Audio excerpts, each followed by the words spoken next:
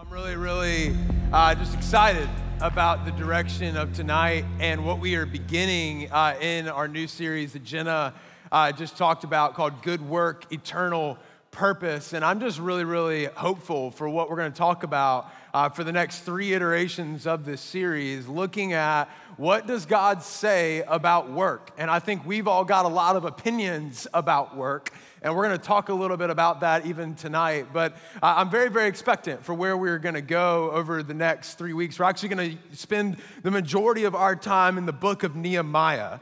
So if you have your Bible, you can hold it up in the air right now real quick. This has become Overflow tradition. I love it.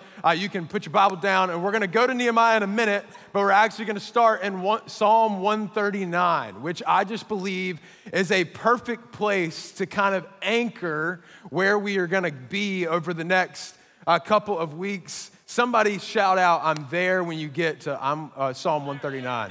I'm there. You're coming to Overflow Conference for free. Psalm 139, verse 13. This is what David says. He said, "You made all the delicate inner parts of my body, and you knit me together in my mother's womb. Thank you for making me so wonderfully complex. Your workmanship is marvelous. How well I know it. You watched me as I was being formed in utter seclusion, as I was woven together in the dark of the womb. You saw me before I was born, and every day of my life was recorded in your book. Every moment was laid out before a single day had passed, and how precious are your thoughts, God, about me, oh God. They cannot be numbered." Somebody in the room or online needs to read that again. How precious are your thoughts about me, oh God. They cannot be numbered. I can't even count them. They outnumber the grains of the sand. And when I wake up, you are still with me.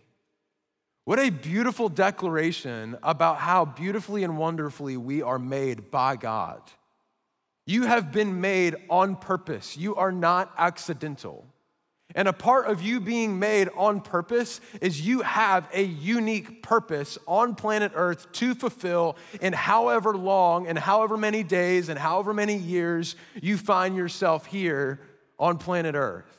And I just want to direct you really quick to verse 14. It says, "Thank you for making me so wonderfully complex. Your workmanship is marvelous. How well I know it."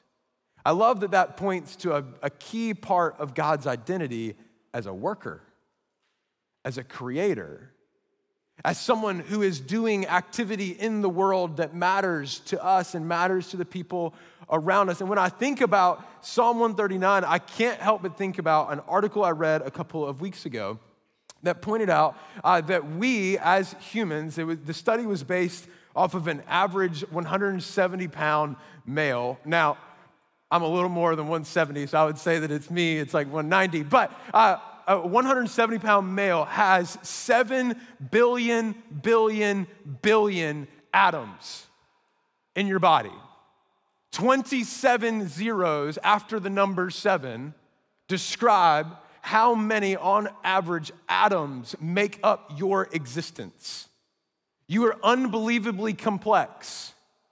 You are unbelievably beautiful. You are unbelievably purposed in this life. And I don't want you to miss the unique purpose that God has for you. And yes, there's a difference between calling and purpose. And we're going to talk very clearly about those things tonight. Because I want to give the vision for the reality that we all have a universal calling. Hello, Jesus followers in the room. We all have a universal calling as a Jesus follower, but we have a unique purpose in how we live out that calling. And you have been wonderfully and beautifully made by God. Don't let anybody tell you different. You have a purpose to fulfill. And I'm excited to pull that apart by looking at the concept of what does it look like for us to find and to pursue the good work that we have been given by God and the eternal purpose that comes along with that good work. And when I think about what we view or how we interact with work, I think our generation has like 4 main things that when we think about work, we probably are struggling in some form of one of the 4 of these directions. And the first one is disdain.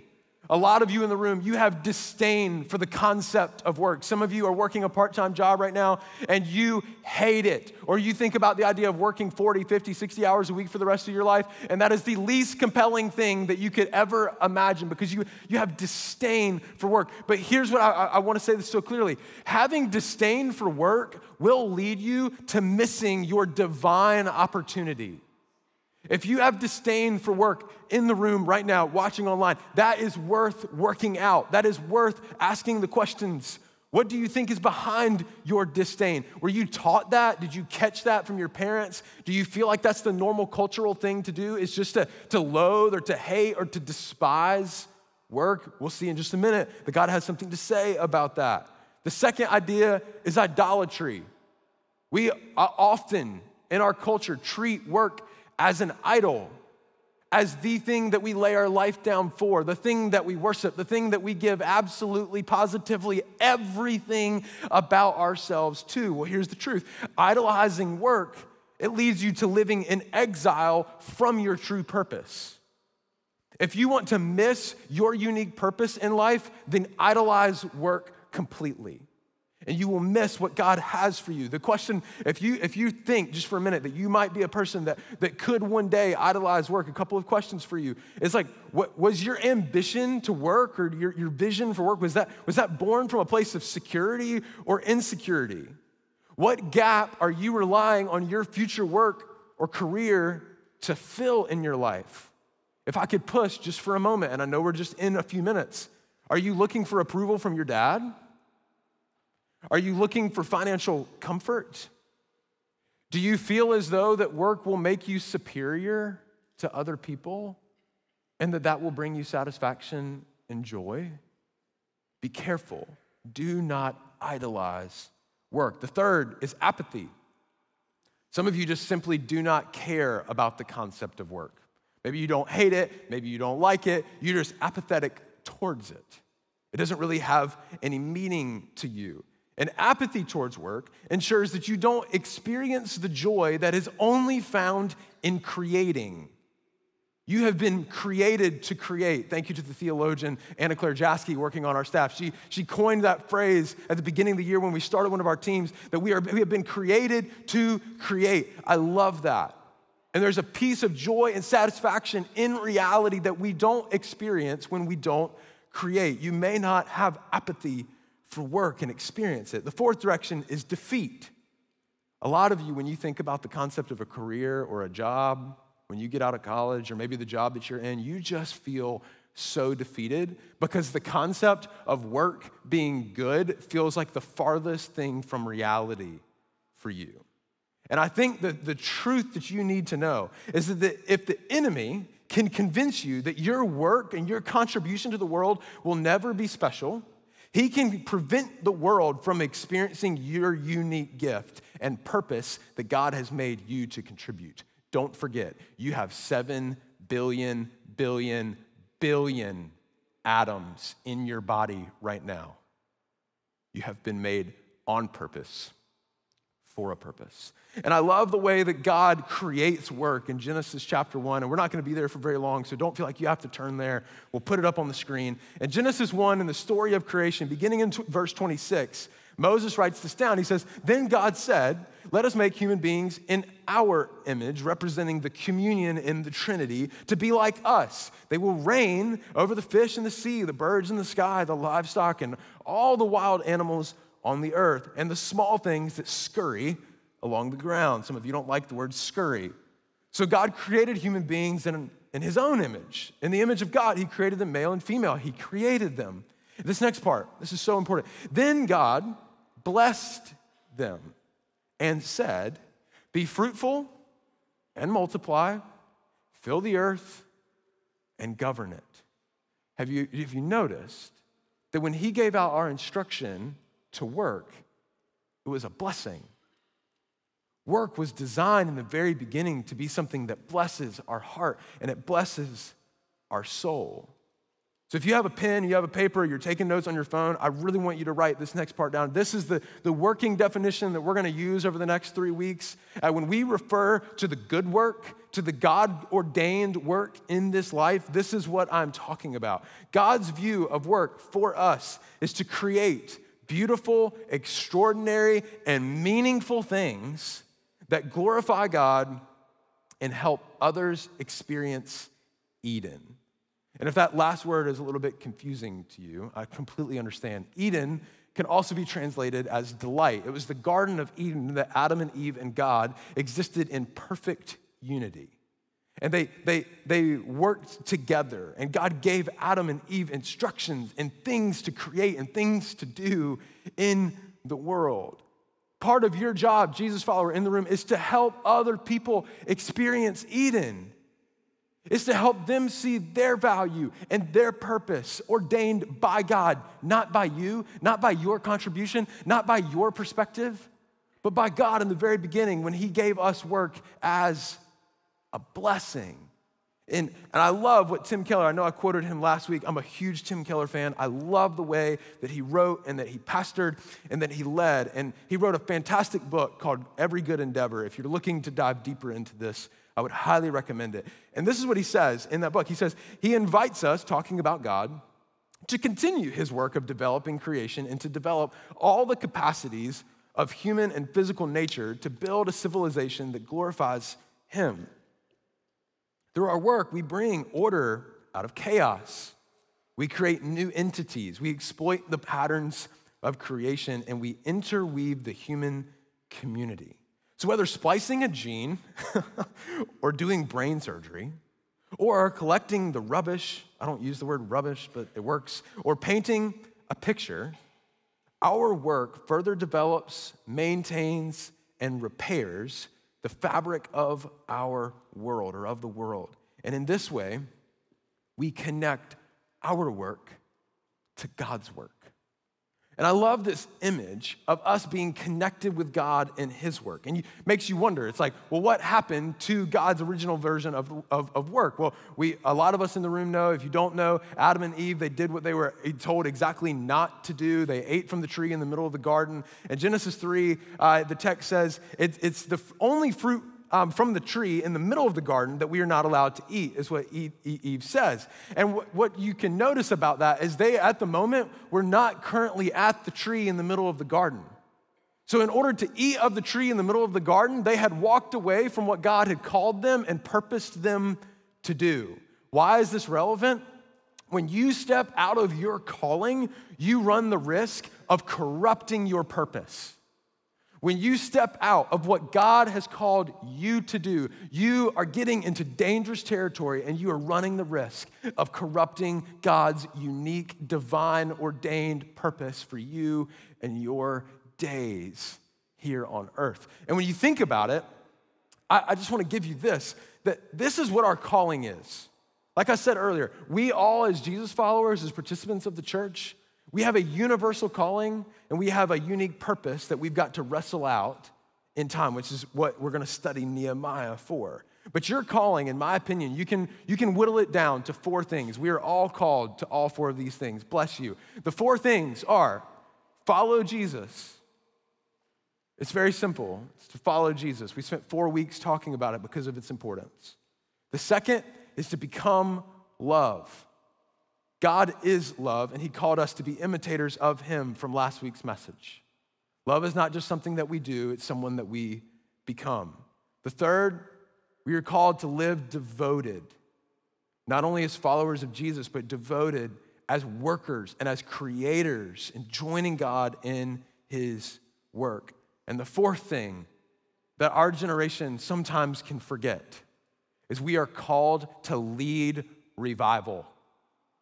We are called to lead spiritual awakening no matter what room we find ourselves in.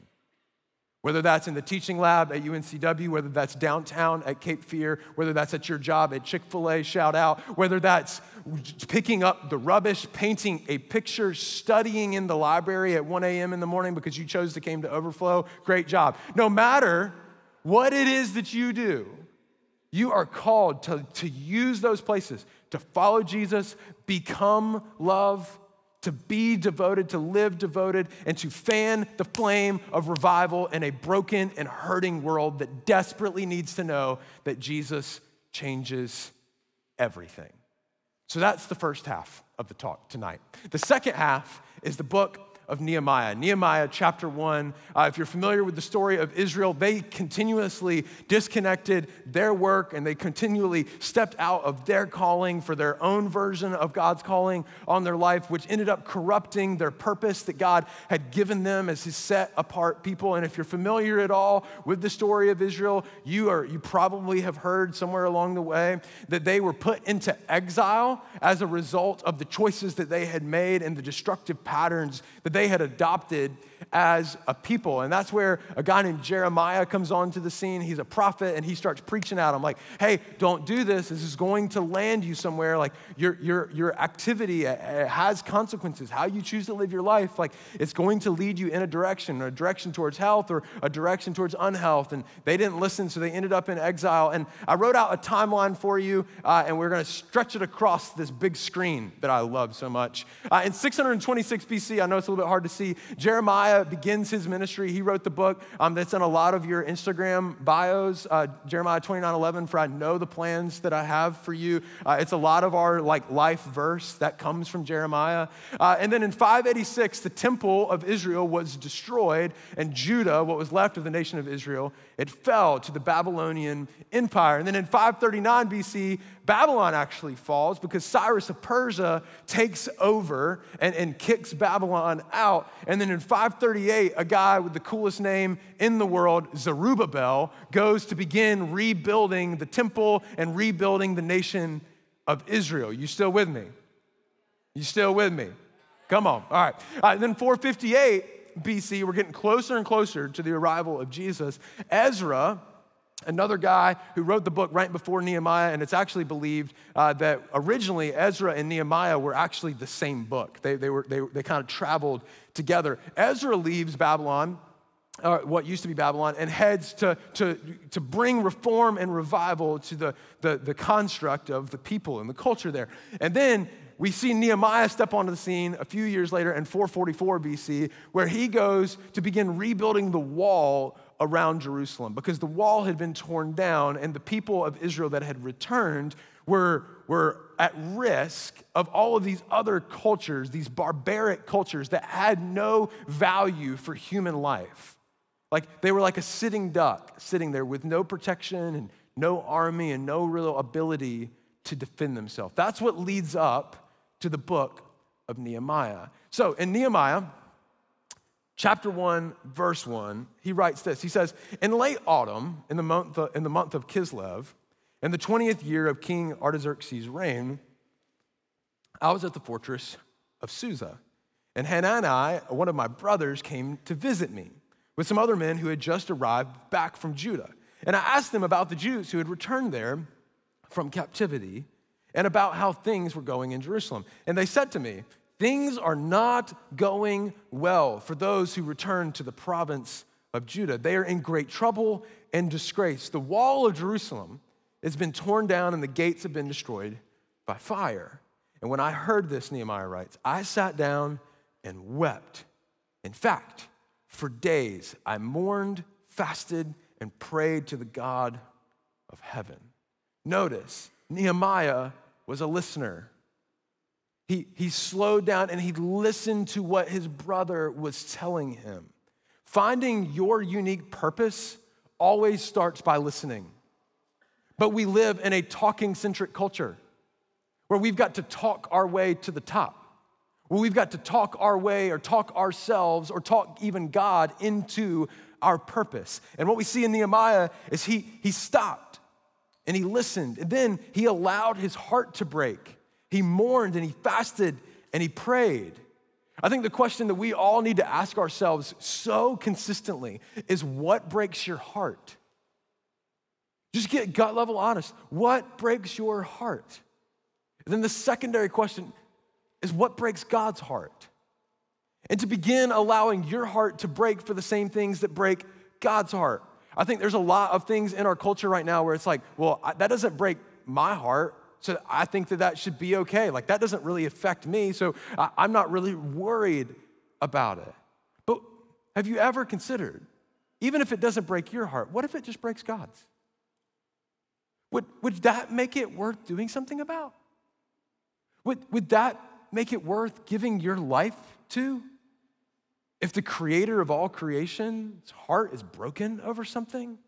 The only way that we allow our heart to begin to break, though, is by listening and posturing ourselves as available. He goes on in verse 5. Then I said, I love this, O Lord, God of heaven, the great and awesome God who keeps his covenant of unfailing love with those who love him and obey his commands. Notice, Nehemiah allowed his faith in the great and awesome God to begin framing his purpose. He prayed. He put himself on the floor in front of God and said, you are great and you are awesome, and I'm going to trust you above anything and everything. I'm getting my priorities oriented in the right direction. In verse 6, he says, listen to my prayer.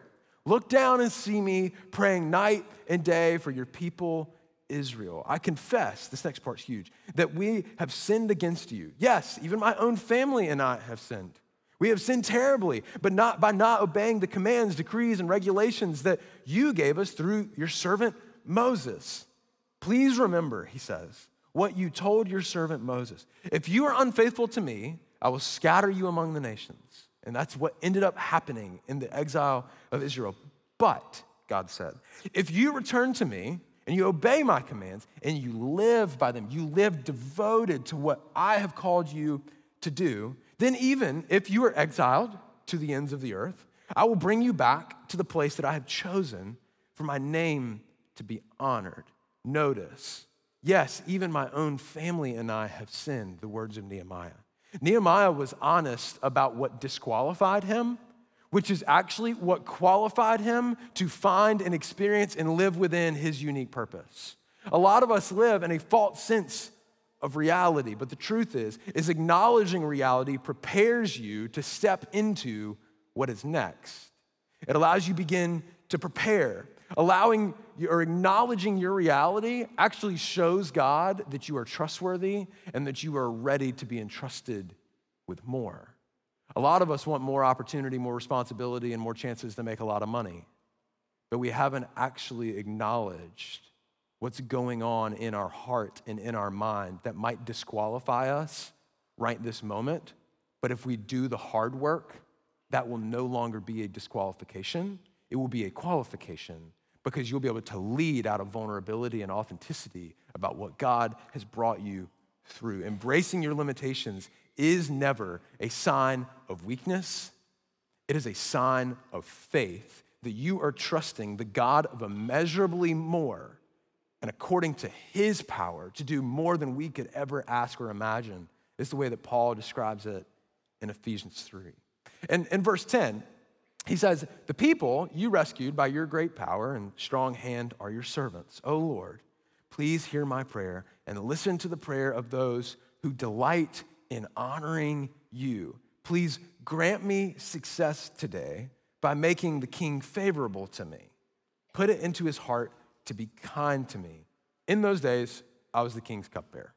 It's like, wow, Nehemiah, cool, great buildup, right? Like, he's telling us all these things that he's hearing, and he's working in the king's palace when his brother comes to tell him about this as the cupbearer, the direct right hand of the king. And notice, please grant me success today by making the king favorable to me.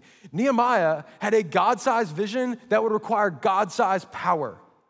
He's like, there is no way in the world the king is going to grant me success unless, God, you move on my behalf. I think what's true about this is like, it had made no sense for Nehemiah to make a request of the king, but he had a huge view of God. And I think a lot of us, when we're trying to find the good work and the purpose that's eternal in our life, we have a very small view of God.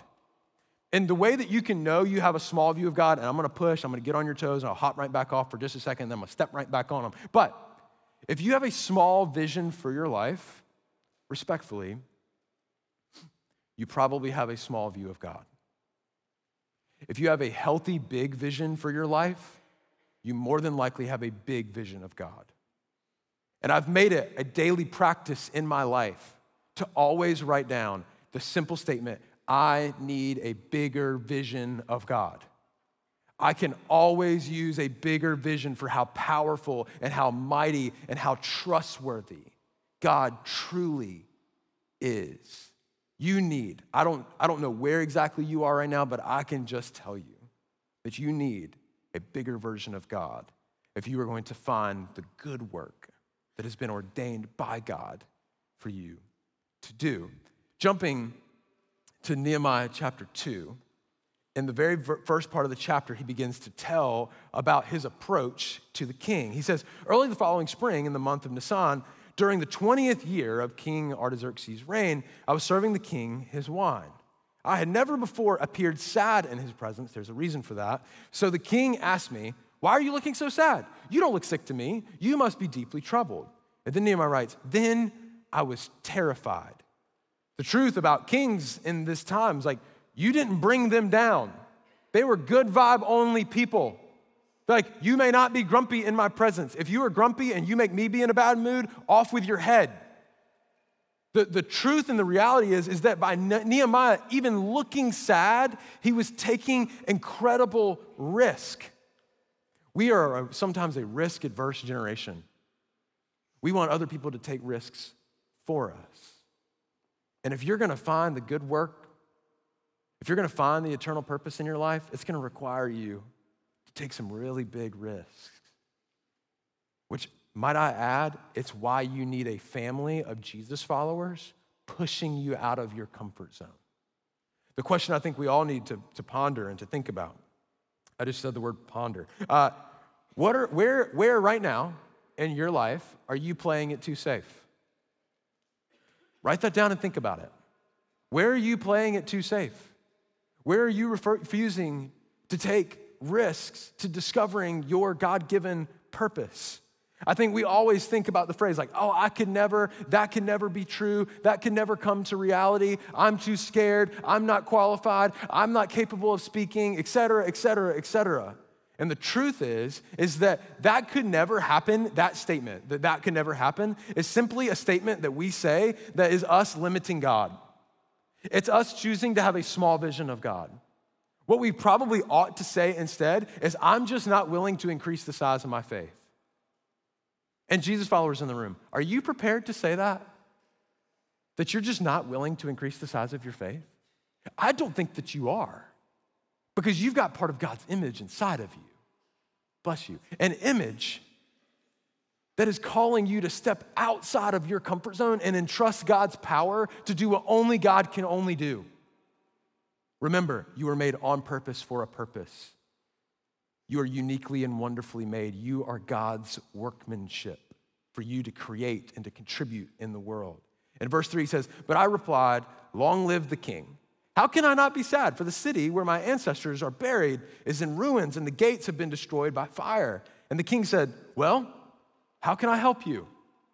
Taking risks and becoming available to God's purpose for your life will bring you the resources that you need to fulfill your God-given purpose. But you must be available. You must put yourself in the room where it's going to go down and act with faith, not fear. And you see this wrestling in what he says next. He says, with a prayer to the God of heaven, I replied, if it pleases the king, and if you are pleased with me, your servant, send me to Judah to rebuild the city where my ancestors are buried. The king with the queen sitting beside him asked, how long will you be gone? When will you return? I presume Nehemiah was a really good cupbearer. So he was like, I don't know how long. I'm willing to not have you here. And after I told him how long I would be gone, the king agreed to my request. But notice this next part. Nehemiah had a plan prepared. He said, I also said to the king, it's like, well, I got you. If it pleases the king, let me have letters addressed to the governors of the province west of the Euphrates River, instructing them to let me travel safely through their territories on my way to Judah. And please give me a letter addressed to Asaph, the manager of the king's force. He's like really going for it right now. And instructing him to give me timber. I will need it to make beams for the gates of the temple fortress, for the city walls, and for a house for myself. I love that he was willing to slide in there. I need to build a house for myself, and I need the resources to do that.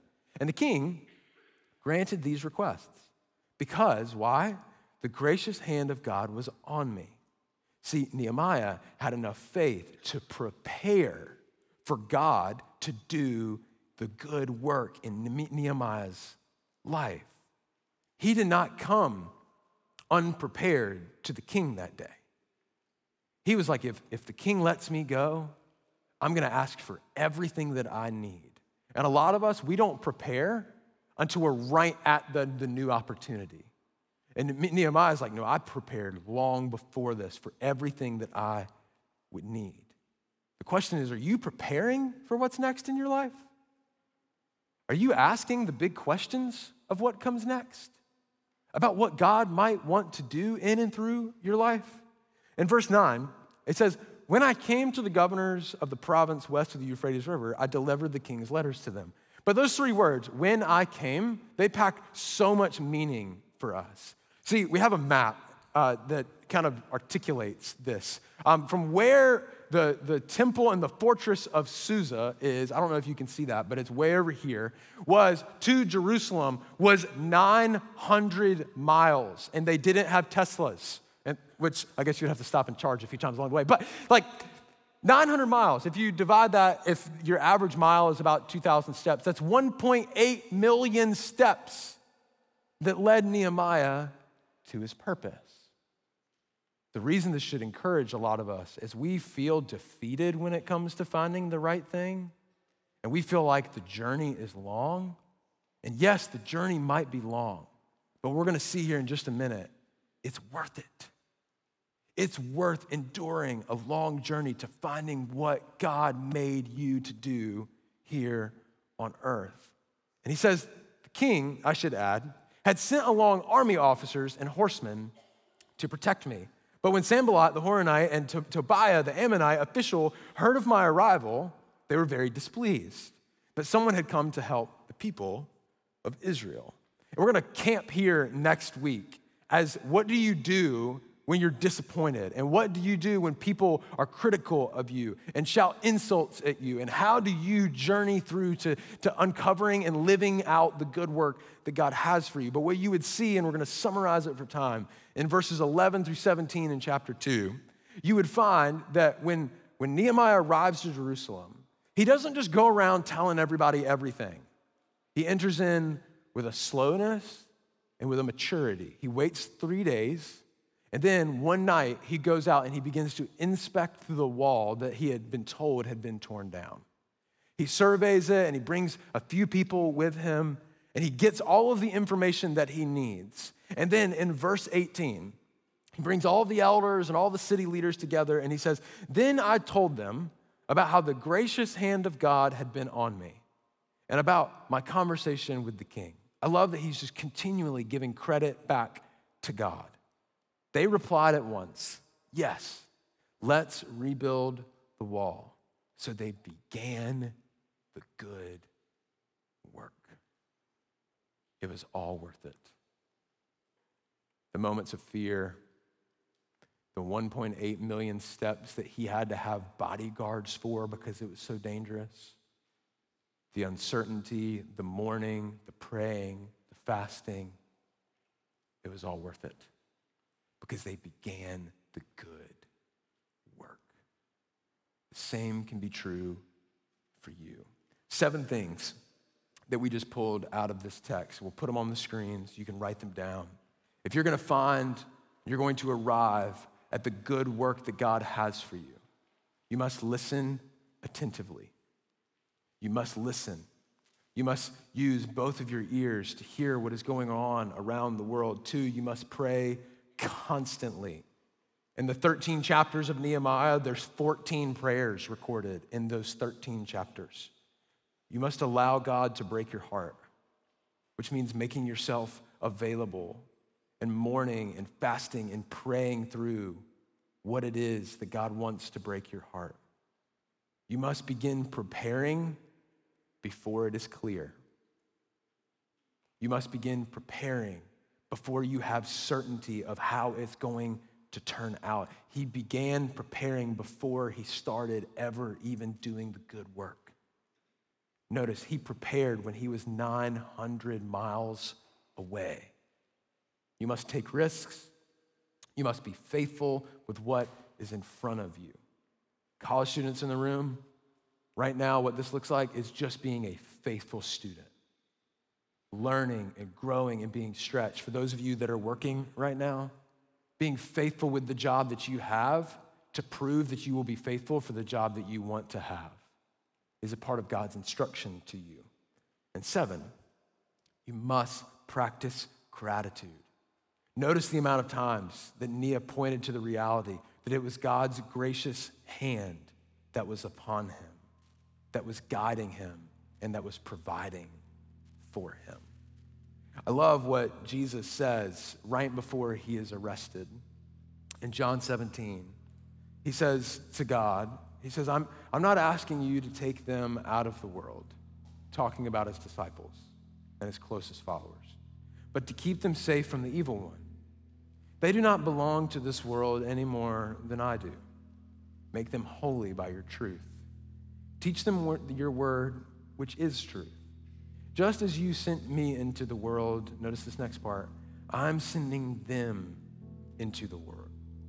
And I give myself as a holy sacrifice for them, so that they can be made holy by your truth. And I am not praying not only for these disciples, but also for all who will ever believe in me through their message. Notice, he says, I am sending them into the world, and I give myself as a holy sacrifice for them. You have been sent by Jesus into the world to fan the flame of revival, to live devoted, to become loved, to follow Jesus with every bit of your life. And along the way, I believe with everything in my body that you will find the good work that God has for you to do that has eternal purpose. Love it if you can just stand where you are. Over the next few moments, we're just gonna practice gratitude in what we sing for the truth that Jesus offered himself as a sacrifice for us. And in that, he sent us into the world to be carriers of light, to be people that fan the flame of his kingdom and commit ourselves to living in the way of Jesus. God, we thank you for this gathering, and we thank you for every person who is here tonight. God, thank you for every person that's watching online. And God, I just pray that tonight we would actually just practice gratitude for who you are and for what you are doing in Overflow and what you are doing in the greater context of our generation in these days. God, I pray for a tenacious, energized, and hope-filled faith to fill this room, not just tonight, but in the days to come, and that it would spill out onto our campuses and into our jobs and into everything that we see as ordinary, but that you call extraordinary. God, we love you, and we say this in your name.